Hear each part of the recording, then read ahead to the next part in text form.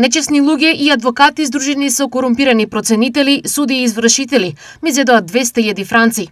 36 години честно и макотрпно работам во Швајцарија, а овде корумпираното судство ми зеде се што сум заработил. Очајно констатира Здравко Илиев од Виница.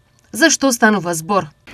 Па сакајќи да бидеме добри пријатели, добри роднини, сакајќи да бидеме фер спрема луѓето и осеќавме дека имаме потреба, како луѓе што сме подолго време во странство, да помогнеме.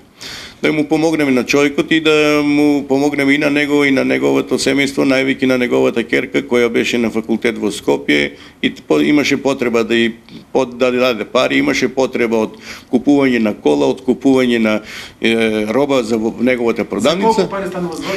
Па после тоа што поземи од мене пари и што имаше крадено од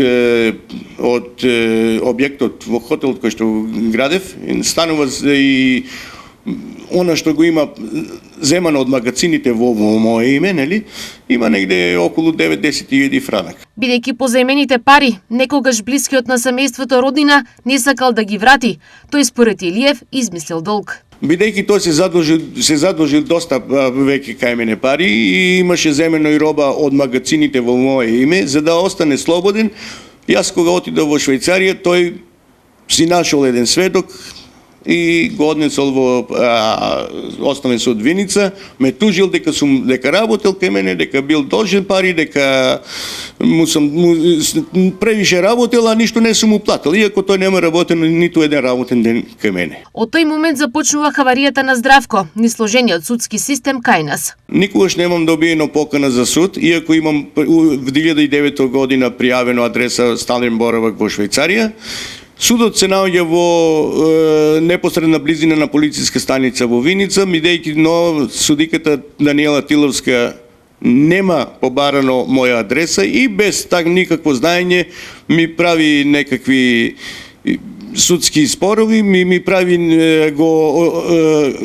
го имаше направено судењето и целата ситуација ја пренесе во корист на тужителот Стојан Пармачки. Во случајот, тврди Илиев, инволвирани се адвокати, проценители, извршители и судии и објаснува зошто. Па вака, се што ми е одземено, се што е направено, мислам дека е направено смислено, да се дојде до некои големи пари. 5 парцели ми имат одземено, 2 парцели се лозе во кое што имав однесено струја, го платив лозето 3700 франака, околу 12.000 франака платив струја и плюс околу 1500 франака платив поравнување на плац над лозето. Целото е продадено за 350 евра. Тоа е смешна сума која што дури не за неверување. Втората парцела ми е парцела во местноста Осојница, горе во над рибарникот, Блатечкиот рибарник, и дека таму самото место вреди околу 20.000 евра како плац, бидејќи во целата близина, во околината на плацот, на местото е се изградено викиндици. И како едно, пак испаѓа како еден комплекс на викиндици и самото место кошта негде околу 20.000 евра. Продадено е за 550 евра. Во Берово се продадени 2 парцели, веднаш на 50 метра од езеро, на најубава локација на Беровско езеро. Продадено е вака за 1300 квадрати место. Местото вреди 65.000 евра, се продало за 2.000 евра. Без објектот што е граден на самото место. Откако во Основниот суд го изгубил спорот, тој до апелацијскиот суд во Штип упатил жалба, но таа веќе цели 3 години стои по фиоките на судиите. Од апелација Штип веќе 3 години чекам одговор. 2 пати имавме пишувано како реклама, зошто нема рекламиравме 2 пати, зошто го нема одговор, се уште нема одговор од апелација.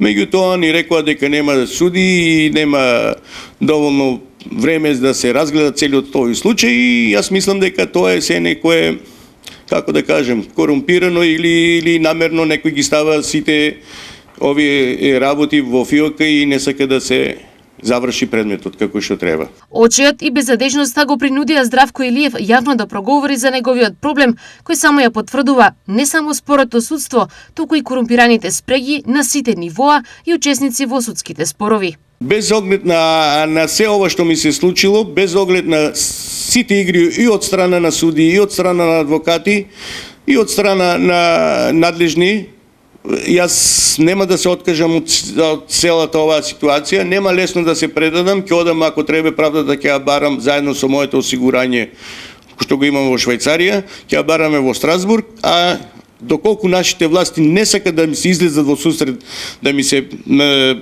помогнат, да ме повикат на некој разговор, ќе барам помош и од швајцарската амбасада.